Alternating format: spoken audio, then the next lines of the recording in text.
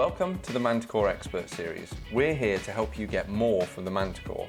We want to empower you to fully understand this phenomenal coin and treasure detector so that you're confident enough to customize it to your environment and your detecting style.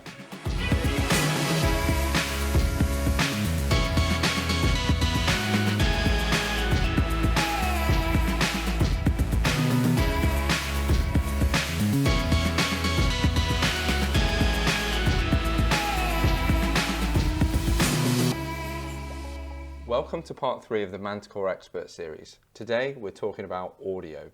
Now the Manticore is a highly customizable detector, and one area in particular where you've got a high degree of customization is audio. Different tones, different audio themes. So because there's such a high degree here, we thought we'd speak directly to Minelab and get the information from them. So we're going to head over to speak to Lawrie again, Minelab's General Manager of Engineering, and he's going to talk us through some great options that you have on this machine.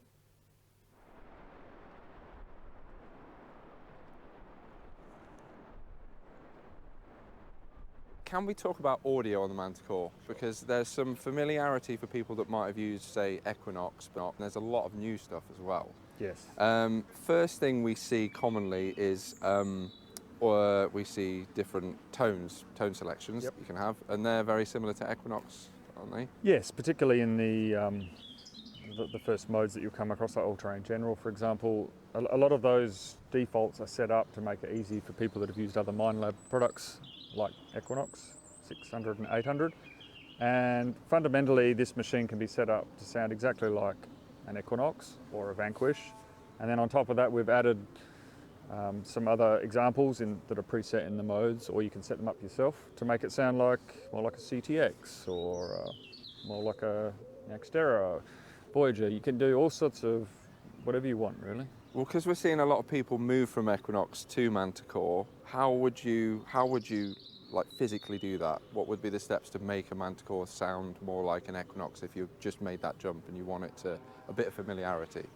Well, you go into the menu system and then you go to target tones, and you literally press the red cursor arrows left and right to cycle through the different. And for example, one of them's called 5 region all tones, which is a special one in that it has 5 separate regions, so you will still hear some jump in pitch between the regions, but within each one the pitch varies as well. So it's kind of a hybrid where you get to hear the nuance of the targets, but it is banded enough that your brain, as you go across the target, it jumps out at you that it's a high conductor or a low conductor. Tell where it is. Yeah.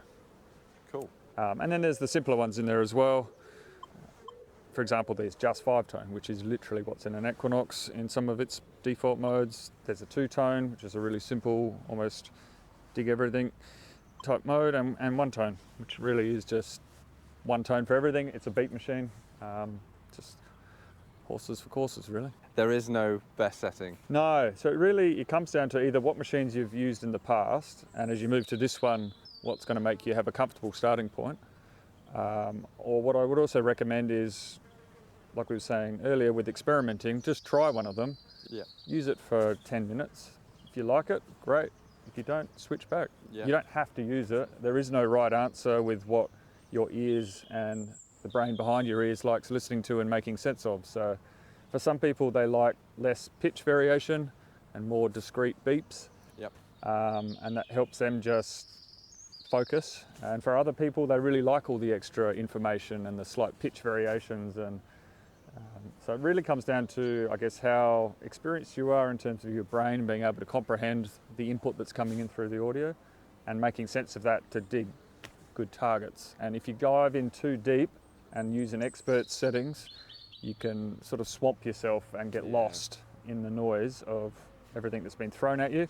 And at that stage in your metal detecting career, you're probably better off just simplifying it a little bit, maybe go back to something that's not all tones, give that a go for an hour, and then once you're familiar again, try getting some pitch variation within the regions. Cool. So play around with it, but like we said earlier, keep checking back to make sure you're not making it worse for yourself or harder for yourself, because at the end of the day, if it's too complicated for you to listen to and make sense of, it's going to make you sweat a bit, and then you're not enjoying it anymore, and then you're not concentrating, and then you stop finding targets. Yeah, brilliant. So that's the move and the similarities from Minelab machines then on the tone setting. But what you've got in the Manticore, which is new, is the audio themes. Yes. So could you explain a bit about those, please? So consider what we were just talking about, which is target tones, to be really the pitch and the way the pitch varies depending on the target you're finding. But in addition to that, you have the audio themes, and what that's actually capturing really is the way that the sound is produced by the computer inside the metal detector. And so what we've given you is, the first one is normal.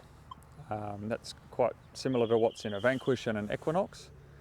And then we added a new one which is enhanced, and that gives you a bit of a longer response. So it's actually putting a bit more of the information that the metal detector engine or computer is actually extracting from the target. So it's giving more nuance to the target response.